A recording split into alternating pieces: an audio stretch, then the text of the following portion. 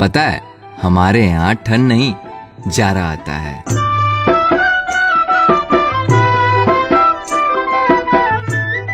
भोरे भोरे कुहासा छा जाता है। रजाई और कंबल हर पलंग पर रखा जाता है। दादी नानी का स्वेटर बुनने वाला अभियान हाथों हाथ नजर आता है।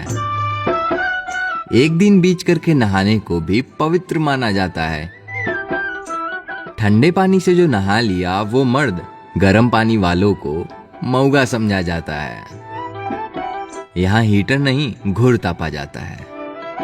छांव से बचकर रौदा सेका जाता है। गोईठा वाला लिट्टी चोखा जरूर बनाया जाता है।